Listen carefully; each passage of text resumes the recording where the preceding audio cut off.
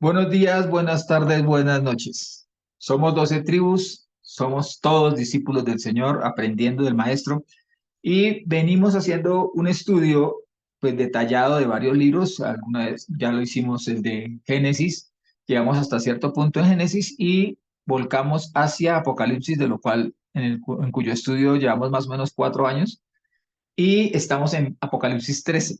Estamos estudiando y en principio, sentamos unas reglas para distinguir las trompetas de los sellos y de las copas.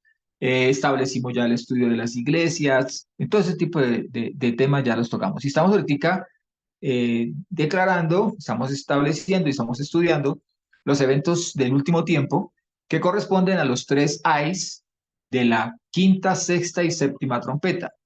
Hemos establecido dentro de esto no solamente el orden cronológico, sino el hecho de que esto corresponde a los dolores de parto que preceden al nacimiento del bebé. Y como lo más importante no son los dolores de parto, sino el nacimiento del bebé, siempre, siempre debemos tener los ojos puestos en Yeshua, no solamente el autor y consumador de nuestra fe, sino quien tiene el protagonismo real en toda la Torá y en especial en estos últimos tiempos. La guerra realmente es la guerra en las cuales las artimañas del engaño quieren anular, combatir y deshacer la obra maravillosa de la verdad que corresponde a Yeshua. Entonces, el mundo entero sigue los hilos del engaño para este tiempo, y aparecen tres personajes en medio de todo esto, casi que abanderados de las tinieblas, que son el dragón, la serpiente antigua, llamada también Diablo y Hasatán, la primera bestia, la cual ha sido conocida por todos como el anticristo, aun cuando en el libro de Apocalipsis no se nombra como anticristo, se nombra es como la primera bestia, pero el Señor ya ha declarado, y Juan también, el mismo autor del Apocalipsis, ha declarado, o sea, nuestro Señor Yeshua y Juan, Johanan, han declarado que existen el anticristo y los anticristos. Y aparece un tercer personaje que es el falso profeta, que también el mismo Yeshua nos advierte, dice que tengamos mucho cuidado con dejarnos engañar por los falsos profetas y maestros. Estos tres líderes corresponden al último gran imperio que habrá de levantarse confiado en su poder y confiado en lo que en las mentiras que les han entregado. Se levantarán contra, no solamente contra la verdad, sino contra la mismísima presencia de Yeshua, que corresponde a la séptima trompeta. Seguimos en la quinta y sexta porque decimos que la séptima trompeta corresponde a un solo evento. En ese evento, según lo que dice el mismo Pablo, nos encontraremos con Yeshua, los muertos, pero primero Yeshua aparecerá en gloria, como una vez lo vieron los apóstoles irse en las nubes. Dice que aparecerá con sus santos ángeles, y los que hayan muerto en Yeshua, esperando a Yeshua, resucitarán primero. Dice, luego nosotros los que hayamos quedado.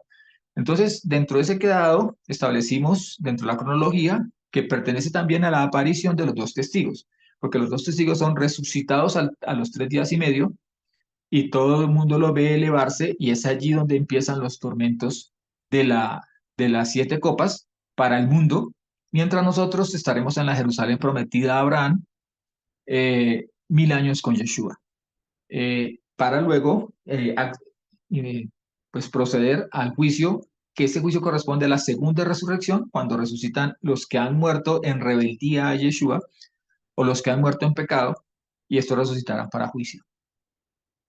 Mientras nosotros habremos de disfrutar con la seguridad de la vida eterna. Estas verdades absolutas, son verdades absolutas, están expresadas en la Santa Torá, en la Biblia. Ahora, ¿cómo sabemos que la Biblia tiene razón, que esto es verdad? Por lo que ya ha sucedido, porque ya las profecías de las Escrituras respecto de Mashiach, de la primera venida de Mashiach, han sido cumplidas a cabalidad. Ahora, como desde luego existirán personas que dirán, no, no se ha cumplido, eso no es cierto. Lo que pasa es que en muchas ocasiones no seguimos a la Torá, sino seguimos a ciertos maestros, y creemos que las interpretaciones que estos dan son realmente la Torá misma. Por lo tanto, la invitación es: acerquémonos a la Biblia, leamos la Biblia, cualquier aclaración que nosotros requiramos. Muchas veces se encuentra dentro de los mismos textos de las Escrituras o muchas veces se encuentran es al acercarnos a los textos en el idioma más original. Digámoslo así, estamos hablando del griego, del arameo y del hebreo. Entonces, Apocalipsis es escrito, los textos que nos han llegado son del griego, pero la descripción que se hace es que es la escritura en griego para una mentalidad hebrea. Johanan era hebreo. Johanan era se considera como dentro de la doctrina judía. Entonces, vamos a mirar las escrituras y vamos a entender hoy que la misma bestia que aparece para Apocalipsis 13, Apocalipsis 17, Apocalipsis, eh, es la misma a la cual el Señor le permitió ver en los tiempos del profeta Daniel. Un profeta que ha sido, no vamos a mirar todas sus profecías, solamente las que tengan referencia con esta bestia, un profeta, Daniel, que ha sido tan exacto en el cumplimiento de las escrituras que algunos se atrevieron a decir, se han atrevido a decir, que lo que sucede es que corresponde a una narración después de que han sucedido los hechos. Pero está totalmente, si ustedes van al texto, en el texto mismo se desprende cómo antecede a los eventos y cómo es posterior, digámoslo así, el único evento que comparte o los eventos que comparte aparecen a partir de Nabucodonosor, trasladando a las personas a las personas más educadas, digámoslo así, a las cuales correspondería Daniel, a Babilonia, desde Jerusalén. Entonces, los hechos allí narrados son, en la profecía, preceden a los eventos, pero son tan exactos que cualquiera puede entender de qué narrativa se está tratando. Ahora, no solamente es lo que diga la Torá, históricamente también está demostrado que cuando los israelitas regresan para la construcción del segundo templo, regresan a Jerusalén, regresan con los rollos, dentro de los rollos estaba el rollo del profeta Daniel, y que ya estaba narrando, por ejemplo, el hecho de que el imperio medo-persa, para su regreso, iba a caer a manos del imperio griego, y que luego se levantaría un gran imperio, o sea, el imperio griego se conocía en su momento como Yabal, pero luego se levantaría otro imperio, el de hierro, que está narrando Roma. Entonces, hoy vamos a ver esto. Martica, ¿nos regalas, por favor, Isaías 41, 21 al 25 como preámbulo?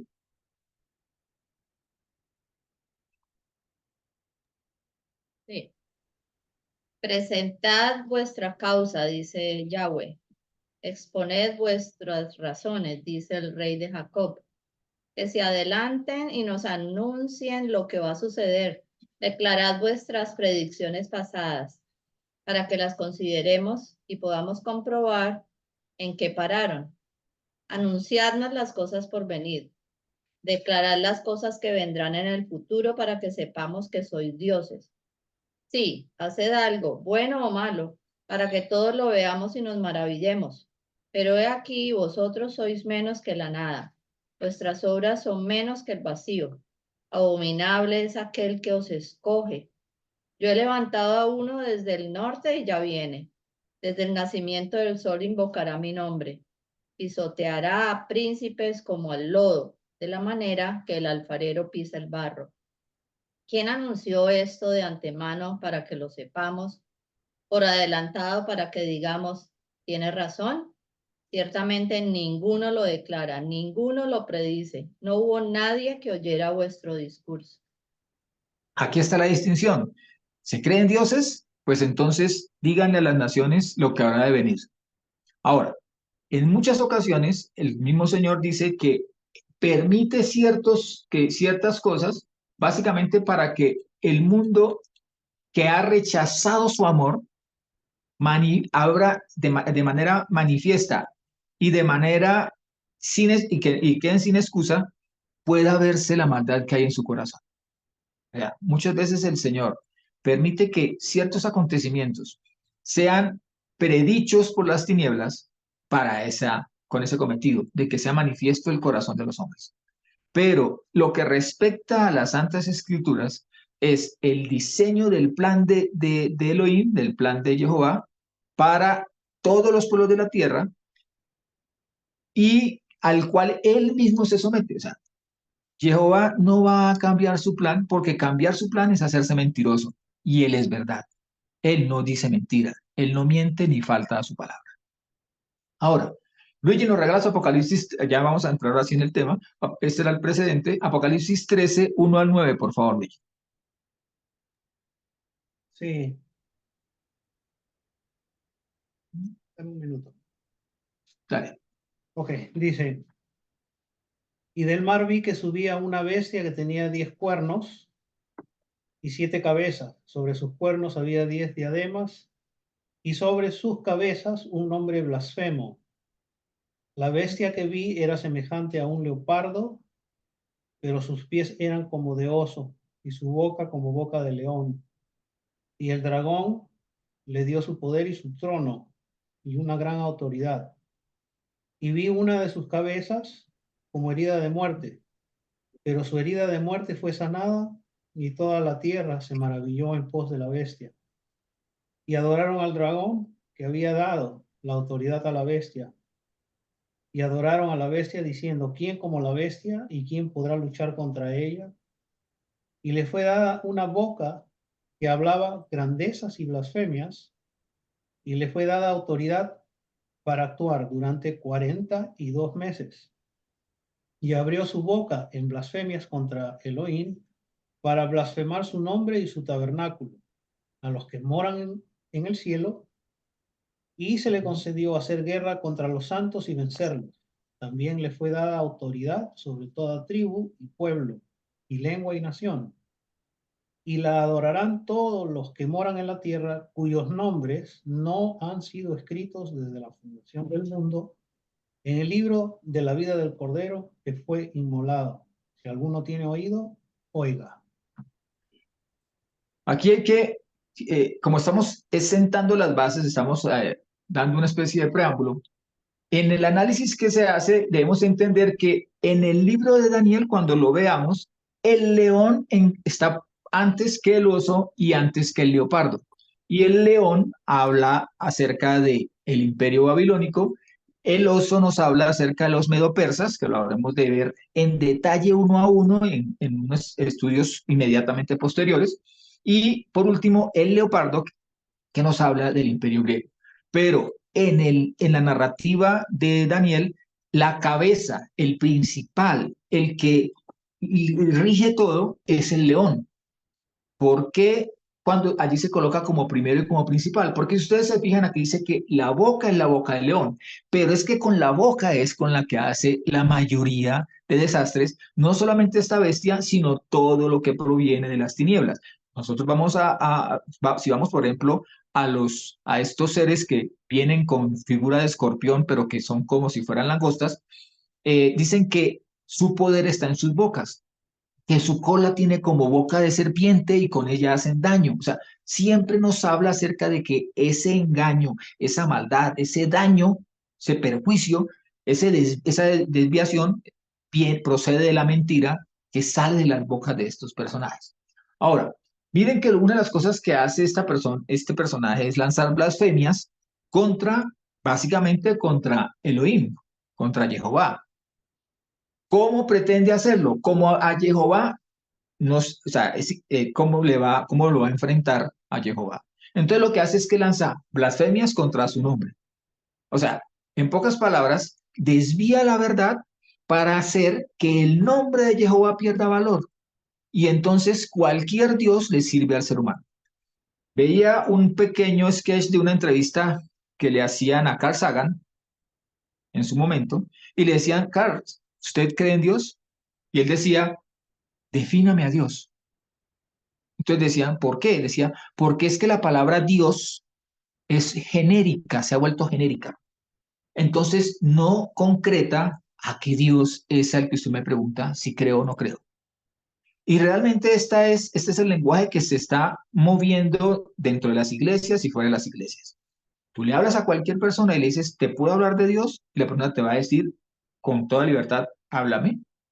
O sea, está dentro de las posibilidades. Pero tú les dices, Déjame hablarte de Yeshua. Déjame hablarte del que se murió por ti en el Calvario y de su Padre, Jehová. Y te van a decir, ay, ¿sabe qué? Nada de religiosidades, nada, nada. Apártate. ¿Por qué? Porque es necesario concretarle al mundo y mostrarle a todas las tinieblas cuál es el Rey, el Dios omnipotente, con nombre propio, al cual nosotros seguimos, servimos, creemos y al cual procuramos todo el tiempo agradar, porque lo amamos un poquito, digámoslo así, comparado con el eterno amor que Él tiene por nosotros. Su nombre es Yod-Heh-Vav-Heh. Para algunos Yahvé, para otros Jehová. Él es el gran yo soy. Ahora, contra su tabernáculo, contra el lugar de su trono. Y una cosa que me llama a mí la atención, dice, contra los que moran en el cielo. Entonces, dentro del juego mental que hace uno, yo decía, o sea, que si llega y dice, es que voy a hablar mal del ángel Chucuchucu, y en el cielo no hay ningún ángel Chucuchucu, todos van a mirar y decir, este man, ¿qué le pasa? A este ser, ¿qué le pasa? O sea, que es alguien que conoce, tiene cierto conocimiento de del nivel espiritual donde habitan los que moran en el cielo. Esto solamente de lo que les digo, estamos sentando bases, preámbulo a lo que vamos a estudiar en detalle, porque todo esto lo vamos a estudiar en detalle porque debemos establecer con toda claridad la naturaleza de esta bestia conocida como el anticristo, quien recibe autoridad, poder y poderío, no solo de Satán, sino que el Señor, para el tiempo de la manifestación de estas tinieblas a través de este ser, ha planeado el Señor que el pueblo del Señor se levante con poder, con autoridad, pero por sobre todo con verdad, en defensa de la verdad. Y para poder defenderla hay que conocerla. Entonces es necesario estudiarla. Luis, ¿nos regalas por favor Apocalipsis 17 y me regalas primero de los versículos 7 al 18, por favor? Sí, ahí voy. Dice, y el ángel me dijo, ¿por qué te asombraste? Yo te diré el misterio de la mujer y de la bestia que la lleva, la que tiene las 7 cabezas y los 10 cuernos. La bestia que viste era y no es, y está a punto de subir del abismo, y va a perdición. Y los que moran en la tierra cuyo nombre no ha sido escrito desde la fundación del mundo, en el libro de la vida, se asombrarán al ver a la bestia que era y no es, y estará presente. Aquí está la mente que tiene sabiduría. Las 7 cabezas son 7 montes, sobre los cuales se sienta la mujer. Y también son 7 reyes, 5 cayeron. El uno es, el otro aún no ha venido. Y cuando venga, debe durar poco. Y la bestia que era y no es, ella es también el octavo, y es de los 7, y va a perdición. Y los 10 cuernos que viste son 10 reyes, los cuales aún no han recibido reino, pero recibirán autoridad como reyes, juntamente con la bestia por una hora. Estos tienen un mismo propósito y entregan su poder y autoridad a la bestia. Ellos pelearán contra el Cordero y el Cordero los vencerá, porque Él es el Señor de señores y Rey de reyes. Y los que están con Él son llamados y elegidos y fieles. Me dijo, las aguas que viste, donde se sienta la ramera, son pueblos y multitudes y naciones y lenguas. Y los 10 cuernos que viste y la bestia, estos aborrecerán a la ramera y la dejarán desolada y desnuda, y devorarán sus carnes, y a ella la quemarán con fuego, porque Elohim puso en sus corazones hacer lo que él se ha propuesto, y hacer que se pongan de acuerdo y den su reino a la bestia, hasta que se hayan cumplido las palabras de Elohim. Y la mujer que vistes es aquella gran ciudad, la cual tiene dominio sobre todos los reyes de la tierra. Aquí aparece un nuevo personaje que también estudiaremos en su momento, que es esta gran ramera. o la madre de todas las rameras.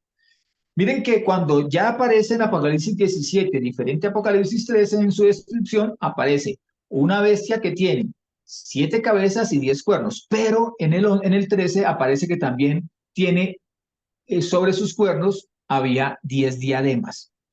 Ahora, ¿por qué se sienta esta diferencia? Porque si nosotros vamos a mirar, está establecido, ya lo habíamos analizado, las cabezas indican reinos. Hay una gran bestia que es la que alimenta a estos reinos, a estos 7 reinos o imperios.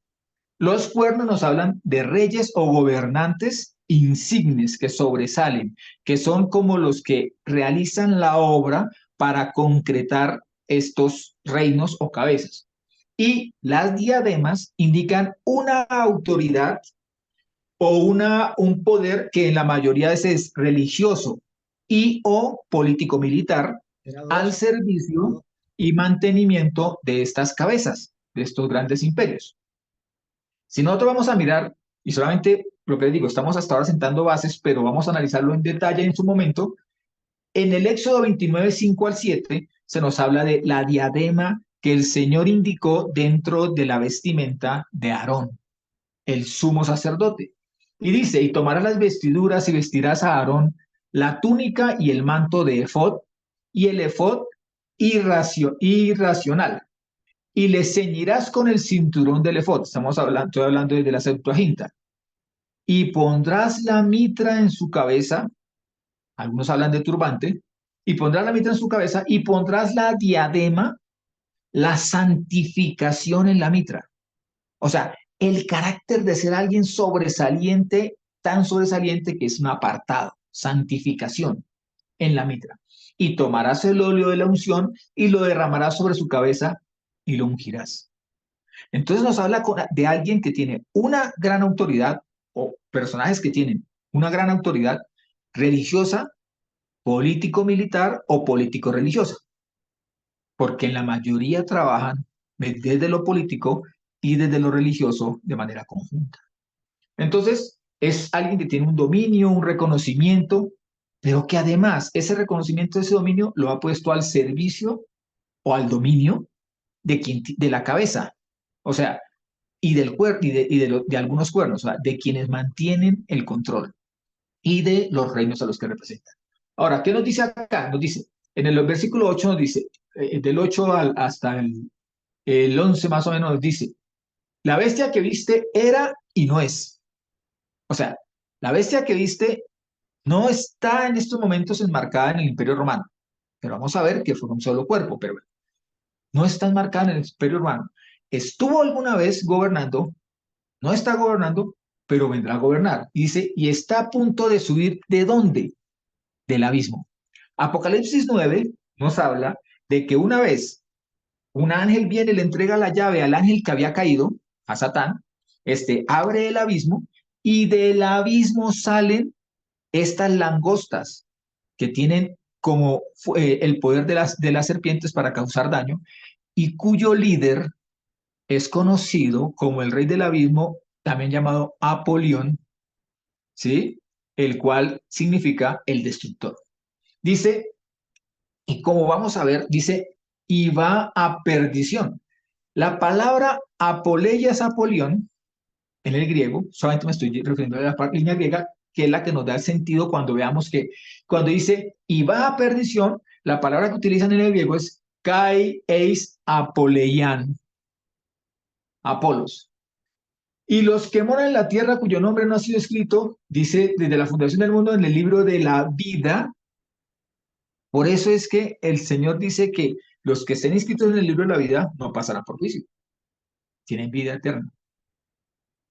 Tenemos vida eterna. Se asombrarán al ver a la bestia que era, hace énfasis nuevamente, era y no es, y estará presente. Luego en el 10 se salta, o sea, porque viene una descripción, que tenemos que seguir el hilo, dice, y también son 7 reyes. Ahora miren el análisis que ya hemos hecho.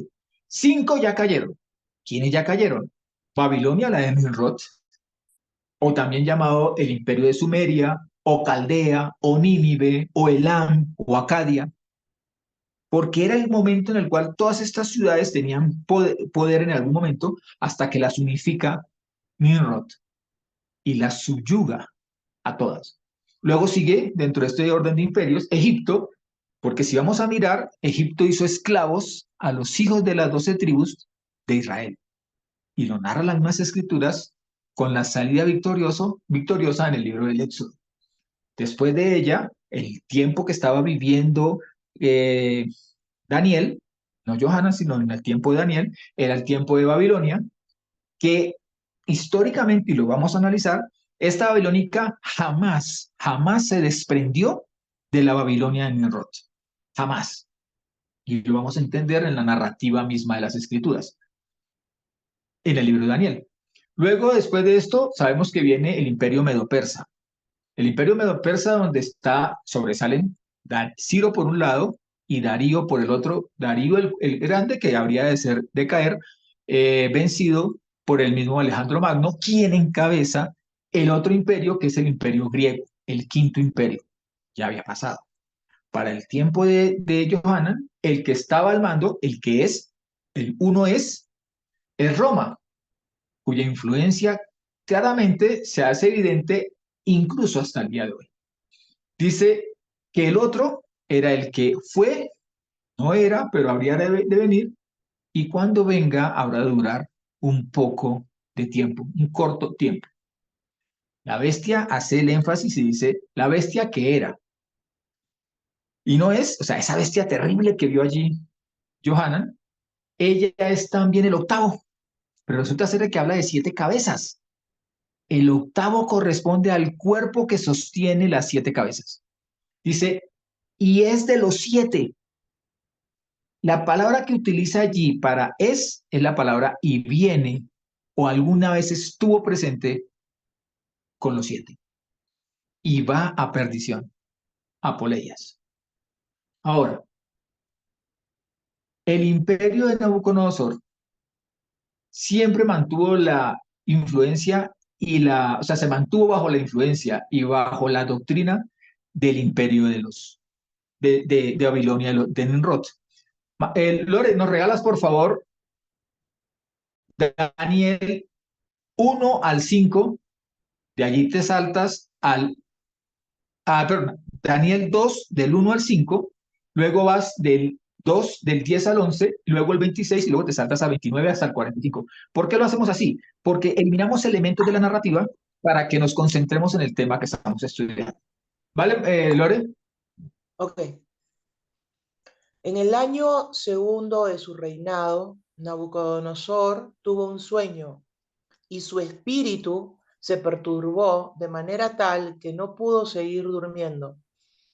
Hizo llamar el rey a los magos, astrólogos, hechiceros y caldeos para que interpretaran el sueño del rey. Vinieron pues y se presentaron ante el rey, y el rey les dijo: he tenido un sueño y mi espíritu se desespera por entender ese sueño. Entonces los caldeos respondieron al rey en lengua aramea: vive por siempre, oh rey, di a tus siervos cuál fue ese sueño y te haremos saber la interpretación. Respondiendo el rey dijo a los caldeos, el versículo 10, ¿no? Los caldeos respondieron ante el rey y dijeron: no hay hombre sobre la tierra que pueda declarar lo que pide el rey. Ningún rey, por poderoso que fuera, ha pedido cosa semejante a mago, astrólogo o caldeo alguno, porque el asunto que el rey demanda es cosa ardua y no hay quien lo pueda declarar al rey, salvo los dioses, cuya morada no está con la carne. El rey preguntó a Daniel, al cual llamaban Belsasar: ¿podrás tú acaso hacerme saber el sueño que vi con su interpretación? Estando tú, oh rey, en tu cama, te vinieron pensamientos por saber lo que había de ser en lo porvenir, y el que revela los misterios te mostró lo que ha de ser, y a mí me ha sido revelado el misterio. No porque en mí haya más sabiduría que en cualquier otro viviente, sino para que se dé a conocer la interpretación al rey y para que entiendas los pensamientos de tu corazón. Tú, oh rey, mirabas, y he aquí una imagen colosal, esta estatua, que era gigantesca y cuya gloria era muy sublime.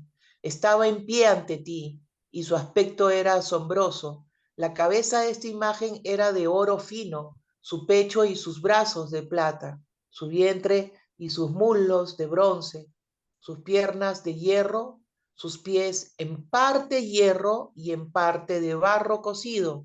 Estabas mirando hasta que fue cortada una piedra, no con mano humana, y golpeó a la imagen en sus pies de hierro y barro cocido, y los desmenuzó. Entonces fueron desmenuzados juntamente el hierro, el barro cocido, el bronce, la plata y el oro, y fueron como tamo de las eras del verano que el viento arrebata sin que de ellos quede rastro alguno. Pero la piedra que golpeó a la imagen vino a ser un gran monte que llenó toda la tierra.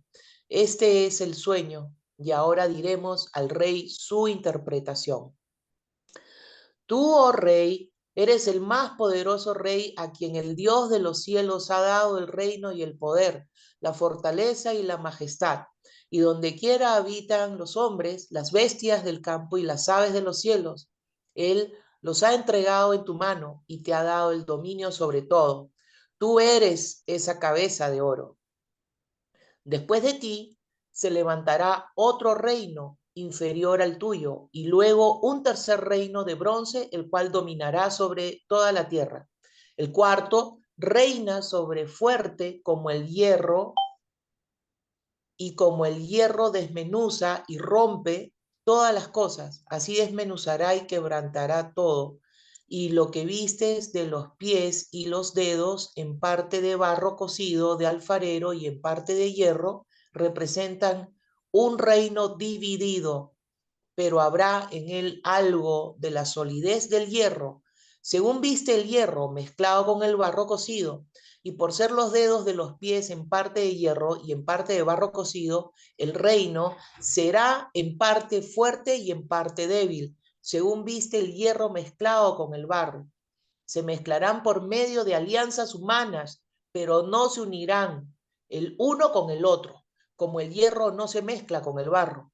Y en los días de estos reyes, el Dios de los cielos establecerá un reino que no será jamás destruido, ni el reino será dejado a otro pueblo, sino que desmenuzará y consumirá a todos estos reinos. Pero él permanecerá para siempre, tal como viste que del monte fue cortada una piedra, no con mano humana, la cual desmenuzó el hierro, el bronce, el barro, la plata y el oro. El gran Dios ha mostrado al rey lo que ha de acontecer en lo porvenir, y el sueño es verdadero y fiel su interpretación. Amén.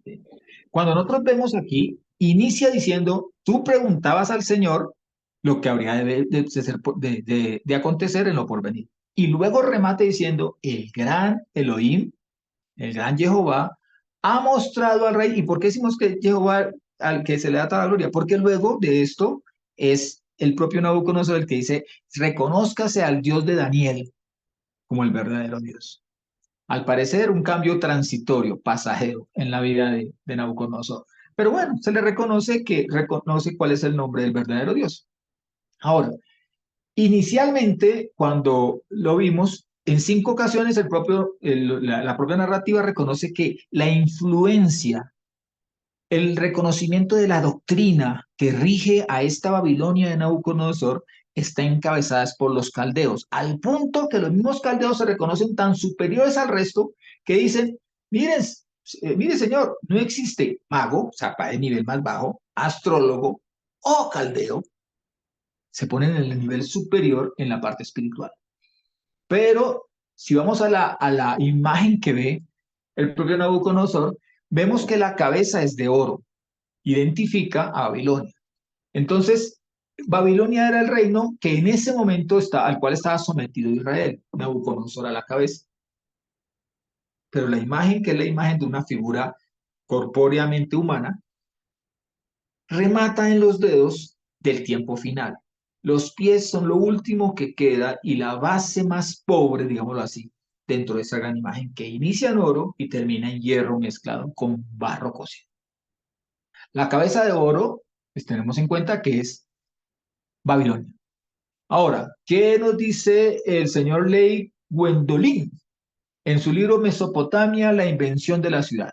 Dice que es singularmente difícil estudiar la ciudad anterior a Hammurabi, al del gran código de Hammurabi, debido a que está por debajo del nivel freático del terreno.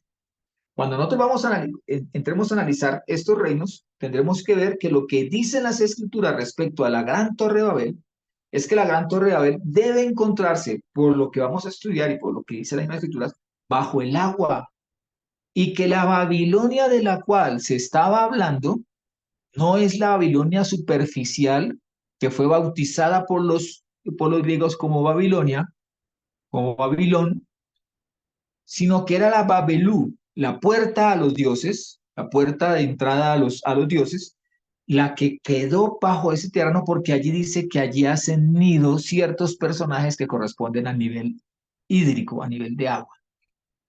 Entonces, eso lo veremos en su momento.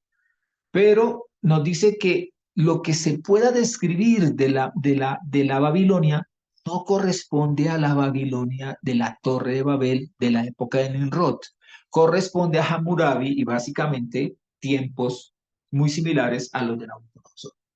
Ahora, el pecho, tenemos en cuenta que el oro caracteriza a Babilonia. Y vuelvo y les digo, una Babilonia todavía influenciada por la Babilonia de Nimrod.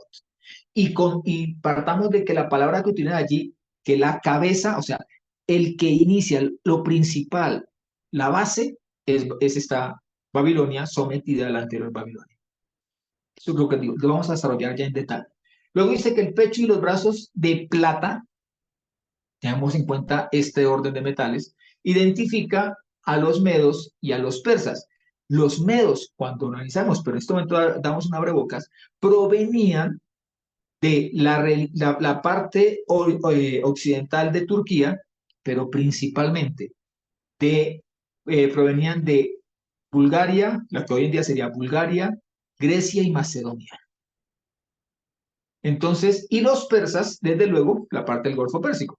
Ahora, ¿por qué hacemos énfasis en que los medos provenían de Grecia y Macedonia? Porque recordemos que el muslo y el vientre, que son de bronce, el bronce hay que tenerlo en cuenta como este metal, que es Grecia, de allí provenía, de Macedonia provenía Alejandro Magno, el cuerno visible de la expansión de Grecia hasta vencer a los medos y a los persas, básicamente a los persas en su momento. Y de allí procede, después de este viene el hierro, que se extiende por los pies y que es el hierro hablando de la ferocidad, de la dureza, el férreo poder de los romanos. Pero luego nos dice que el último reino serán los pies con sus 10 dedos.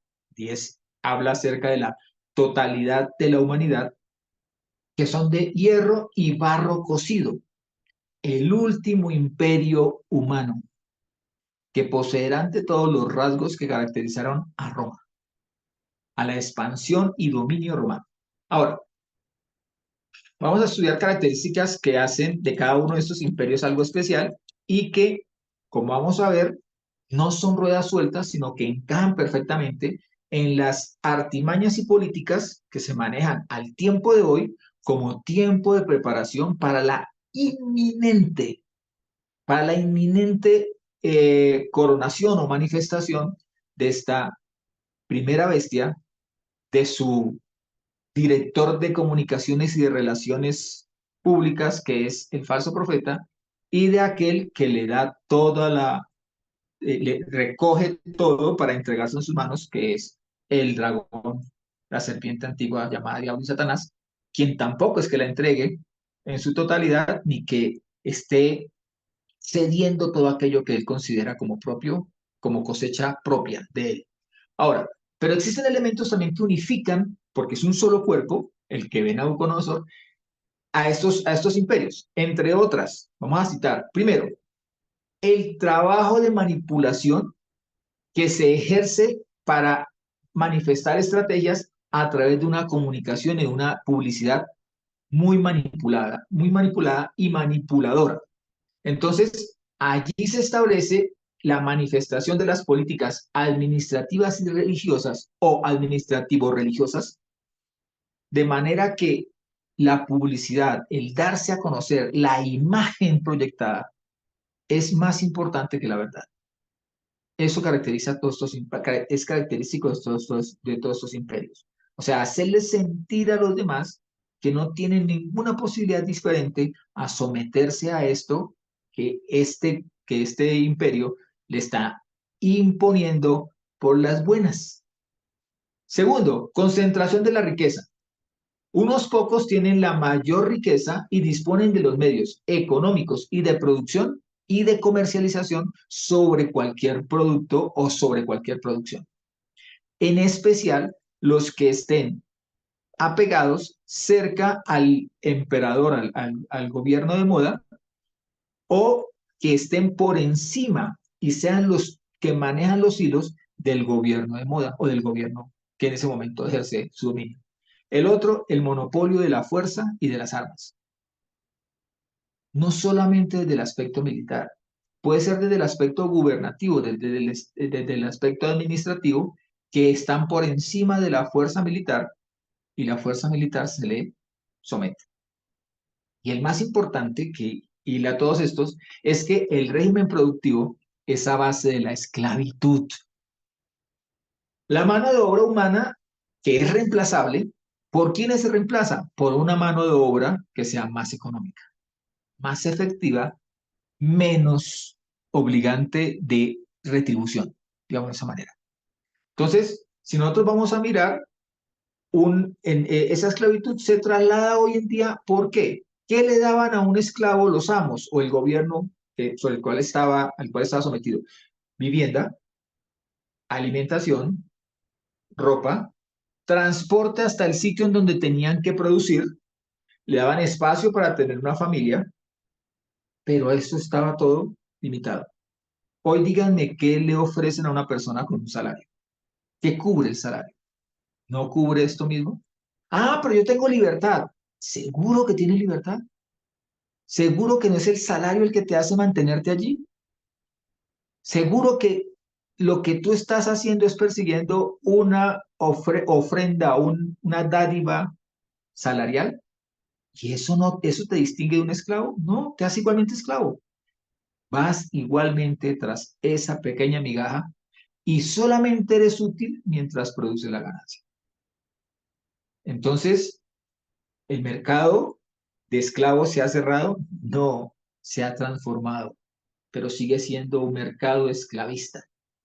Si nosotros vamos a mirar, los que más reclaman, entonces dicen, las negritudes reclaman porque sus ancestros afro fueron traídos como esclavos.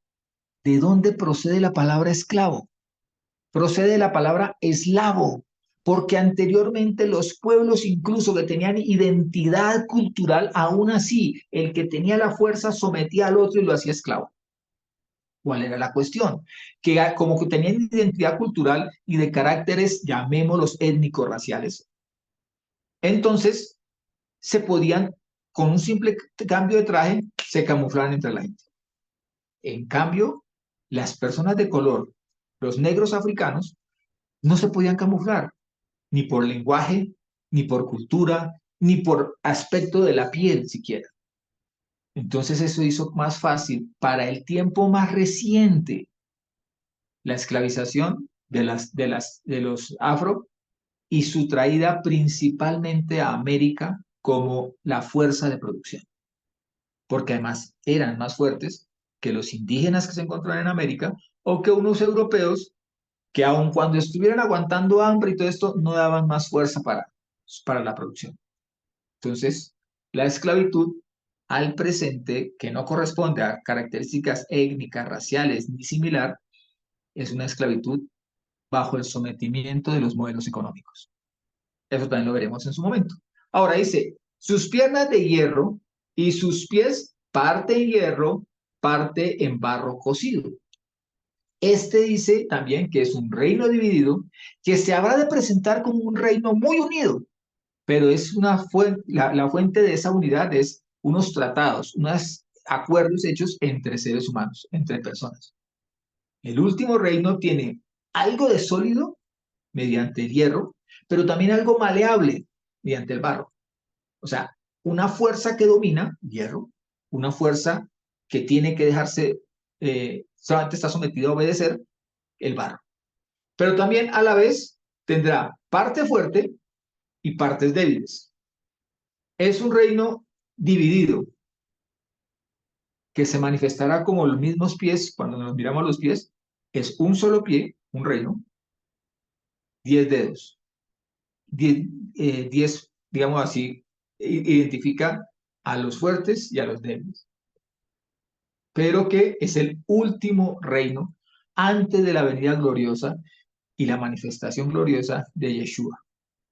Antes incluso dice que todo es de que venga los tronos, el anciano a juzgar y que los pueblos sean convocados a juicio delante del trono del Señor. Mientras nosotros somos llamados a deleitarnos en la presencia de Yahushua. Martica, ¿nos regalas por favor Daniel 7, 1 al 26?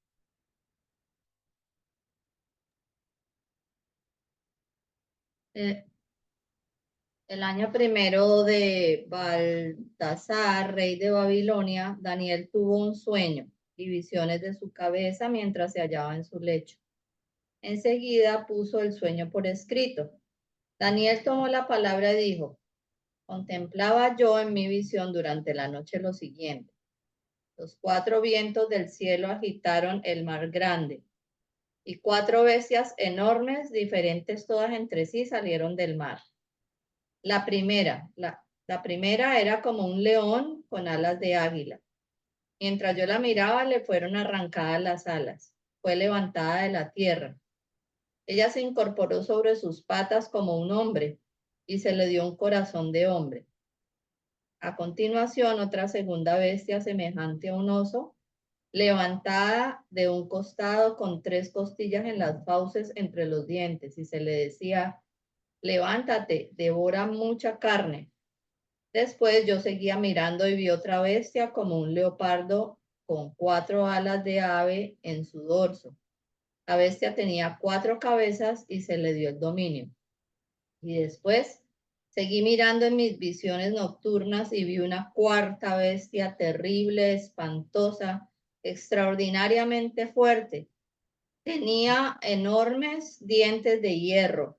Comía, trituraba y lo sobrante lo pisoteaba con sus patas. Era diferente de las bestias anteriores y tenía 10 cuernos. Estaba yo observando los cuernos, cuando en esto despuntó entre ellos otro cuerno pequeño, y 3 de los primeros cuernos fueron arrancados delante de él. Tenía este cuerno ojos como los de un hombre y una boca que decía grandes cosas. Mientras yo contemplaba, se aderezaron unos tronos y un anciano se sentó. Su vestidura blanca como la nieve, los cabellos de su cabeza puros como la lana. Su trono llamas de fuego, con ruedas de fuego ardiente. Un río de fuego corría y manaba delante de él. Miles de millares le servían. Miriadas de miriadas estaban en pie delante de él. El tribunal se sentó y se abrieron los libros. Miré entonces, atraído por el ruido de las grandes cosas que decía el cuerno, y estuve mirando hasta que la bestia fue muerta y su cuerpo destrozado y arrojado a la llama del fuego. A las otras bestias se les quitó el dominio, si bien se les concedió una prolongación de vida durante un tiempo y hora determinados. Yo seguía contemplando en las visiones de la noche, y he aquí que en las nubes del cielo venía como un hijo de hombre. Se dirigió hacia el anciano y fue llevado a su presencia. A él se le dio imperio, honor y reino, y todos los pueblos, naciones y lenguas le sirvieron. Su imperio es un imperio eterno que nunca pasará, y su reino no será destruido jamás. Yo, Daniel, quedé muy impresionado en mi espíritu por estas cosas, y las visiones de mi cabeza me dejaron turbado. Me acerqué a uno de los que estaban allí de pie y le pedí que me dijera la verdad acerca de todo esto. Él me respondió y me indicó la interpretación de estas cosas. Estas 4 grandes bestias son 4 reyes que surgirán de la tierra. Los que han de recibir el reino son los santos del Altísimo, que poseerán el reino eternamente por los siglos de los siglos. Después quise saber la verdad sobre la 4ª bestia, que era diferente de las otras, extraordinariamente terrible, con dientes de hierro y uñas de bronce, que comía, trituraba y pisoteaba con sus patas los obrantes. Y acerca de los 10 cuernos que había en su cabeza y del otro cuerno que había despuntado, ante el cual cayeron los 3 primeros, y de este cuerno que tenía ojos y una boca que decía grandes cosas y cuyo aspecto era mayor que el de los otros. Yo contemplaba cómo este cuerno hacía la guerra a los santos y los iba subyugando, hasta que vino el anciano a hacer justicia a los santos del Altísimo. Llegó el tiempo en que los santos poseyeron el reino. Él habló así: la 4ª bestia será un 4º reino que habrá en la tierra, diferente a todos los reinos. Devorará toda la tierra, la aplastará y la pulverizará. Y los 10 cuernos de este reino saldrán y los 10 cuernos de este reino saldrán 10 reyes, y otro saldrá después de ellos. Será diferente de los primeros y derribará a 3 reyes. Proferirá palabras contra el Altísimo y pondrá a prueba a los santos del Altísimo. Tratará de cambiar los tiempos y la ley, y los santos serán entregados en sus manos por un tiempo, y tiempos y medio tiempo. Pero el tribunal se sentará y el dominio le será quitado para ser destruido y aniquilado definitivamente. Nosotros vemos a un Nabucodonosor que encuentra y describe los reinos y llega hasta el último reino, que no es diferente al reino que le antecede, al reino de hierro, porque posee hierro y barro. La parte frágil corresponde al barro. Ahora, aquí, a través de la visión de Daniel, se nos describe la parte fuerte. Estamos hablando allí claramente del Imperio Romano. Un Imperio Romano que tiene uñas todavía de bronce. O sea, el Imperio Romano jamás abandona al Imperio Griego. Al punto será que mantiene como lenguaje el lenguaje de los griegos.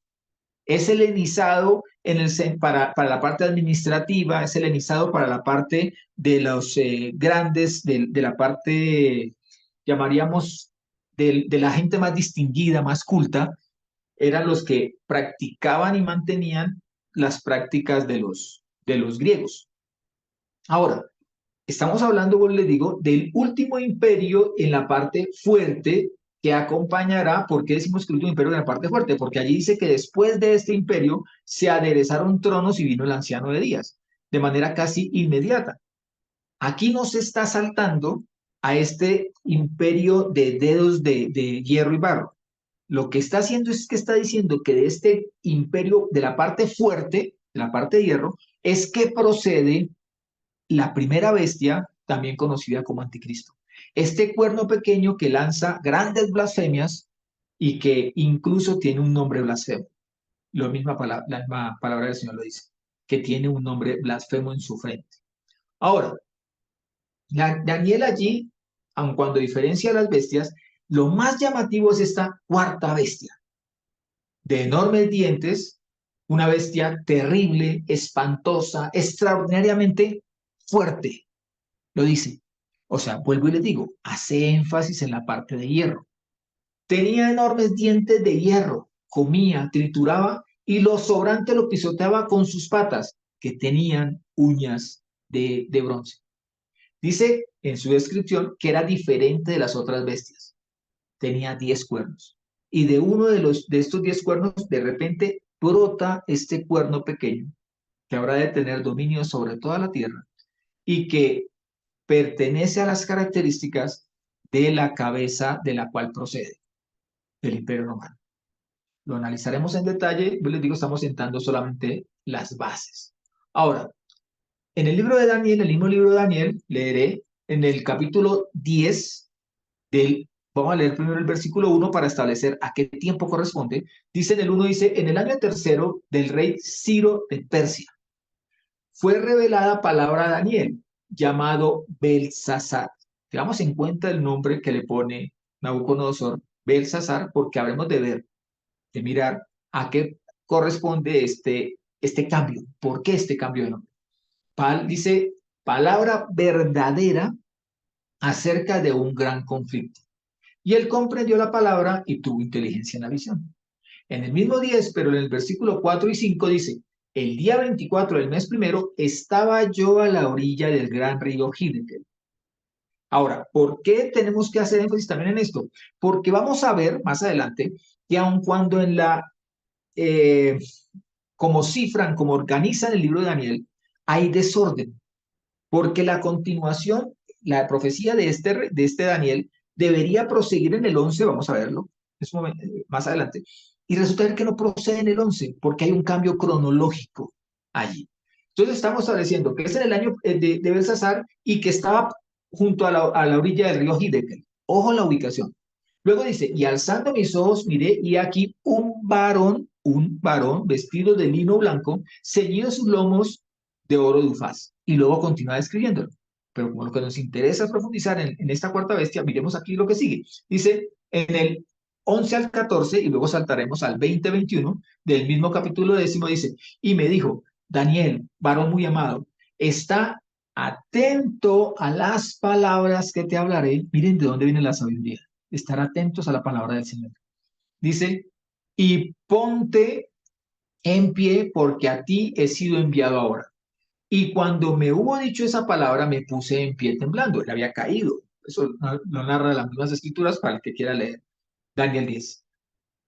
Me dijo, Daniel, no temas, porque desde el primer día que dispusiste tu corazón a entender y a humillarte en la presencia de tu Elohim, fueron oídas tus palabras. Y a causa de tus palabras he venido, a causa de tus oraciones.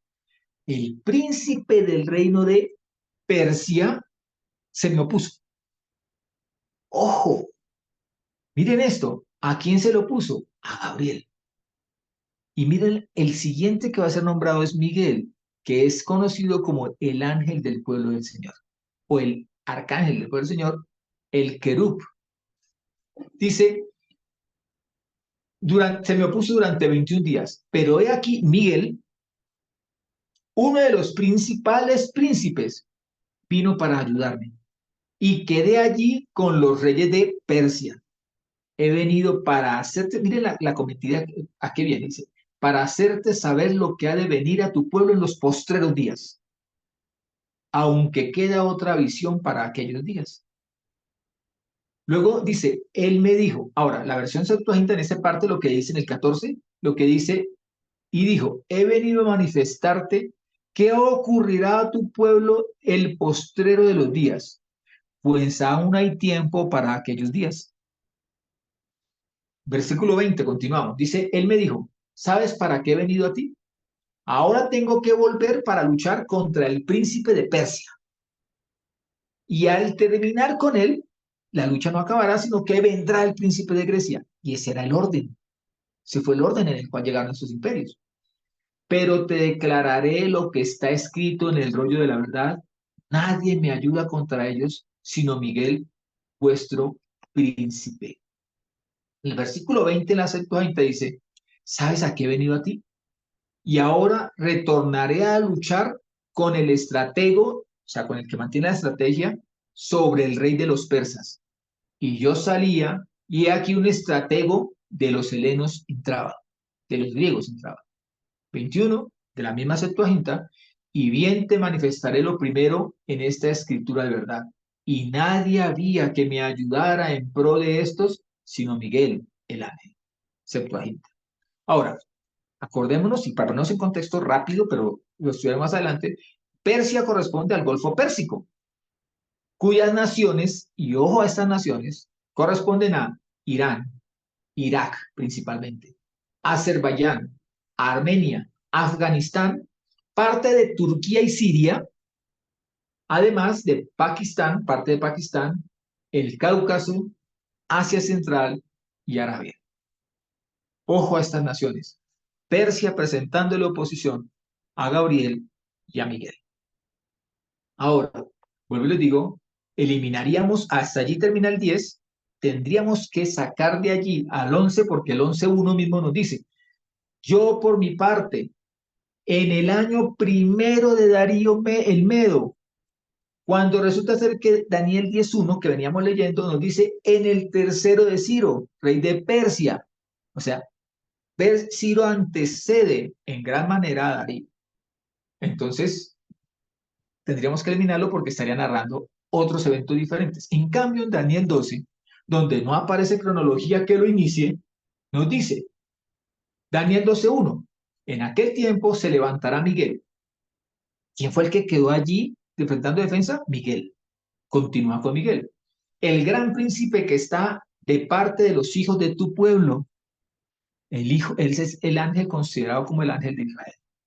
Y será tiempo de angustia cual nunca fue desde que hubo gente hasta entonces. Pero en aquel tiempo será libertado tu pueblo, todos los que se hallen escritos en el rollo del libro de la vida. Y una multitud de los que duermen en el polvo de la tierra serán despertados. Resurrección, primera resurrección. Unos para vida eterna, primera resurrección, y otros para vergüenza y confusiones eterna. Apocalipsis lo escribe como segunda resurrección. Entonces los entendidos resplandecerán como el resplandor del firmamento, y los que enseñan la justicia a la multitud como las estrellas a perpetua eternidad. Pero tú, Daniel, cierra las palabras y sella el rollo hasta el tiempo del fin. O sea, hasta el tiempo del fin habrá de ser revelado este rollo. Y estamos en los tiempos del fin. Estamos en los tiempos de la revelación de la palabra dada a Daniel. Muchos correrán de aquí para allá y la ciencia se aumentará. Recordemos que la Septuaginta lo que dice es, y la perversidad y la maldad aumentará. O sea, el conocimiento de la maldad será casi que de dominio público y de ejercicio de las mayorías. Entonces yo, Daniel, observé, y he aquí otros dos que estaban en pie, el uno a este lado del río, por eso les decía, ojo, porque habla del río Hiddekel, a este lado del río, y el otro al otro lado del río. Ahora ven lo que pasa. Y dijo uno al varón vestido de lino, el que se encontraba en el río Hiddekel, que estaba sobre las aguas del río, ¿cuándo será el fin de estas maravillas?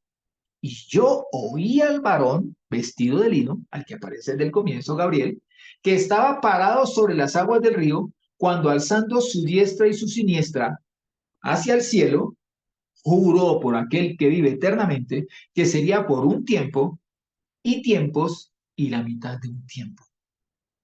Y cuando finalice el quebrantamiento de la fuerza del pueblo santo, todas estas cosas serán cumplidas. Y yo oí, pero no entendí.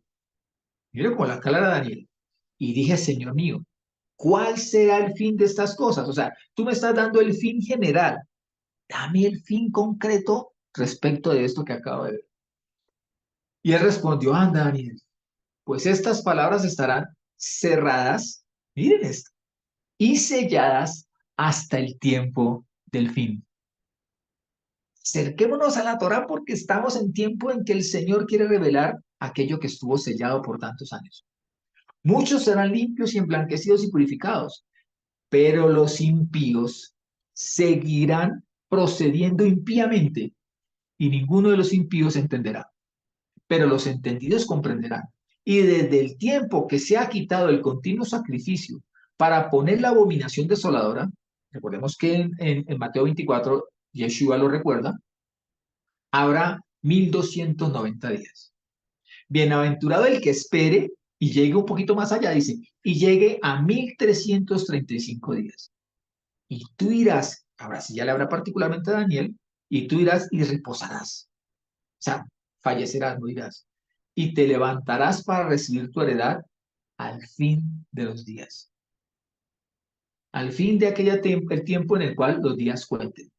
Nosotros debemos estar llamados entre los sabios advertidos entre aquellos que resplandecen con una luz eterna, entre aquellos que escudriñamos las Escrituras para recibir la revelación que está dispuesta para nosotros en este tiempo.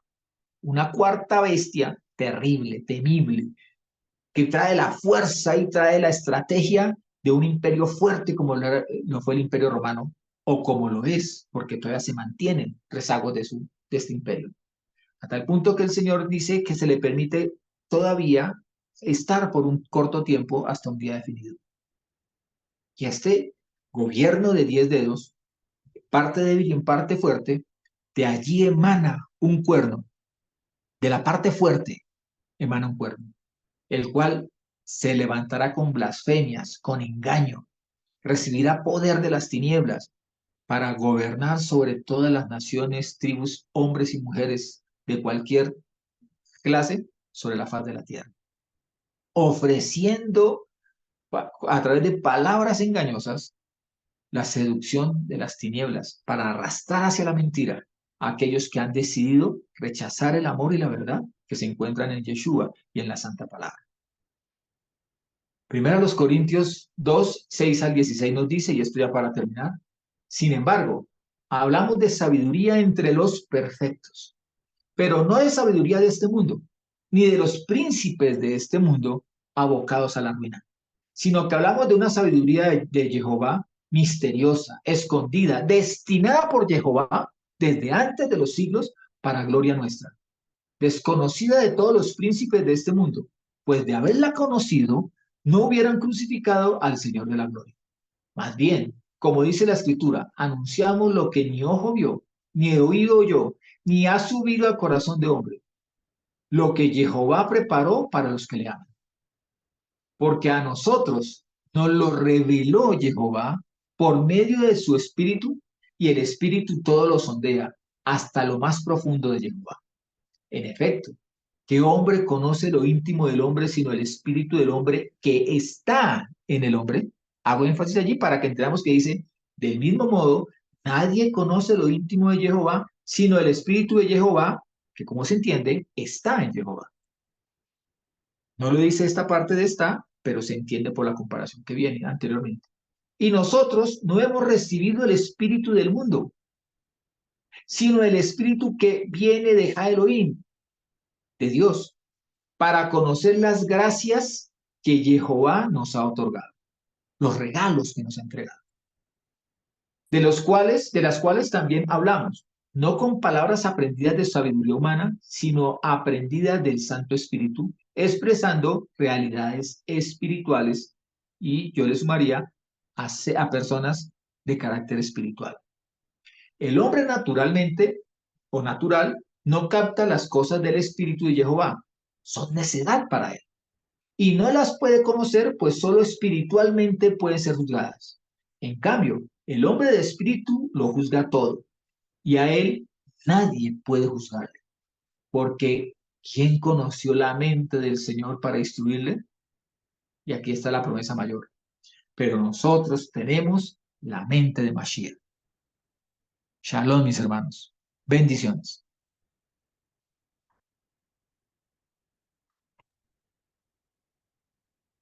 Shalom, hermanos. Hasta la próxima. God bless you.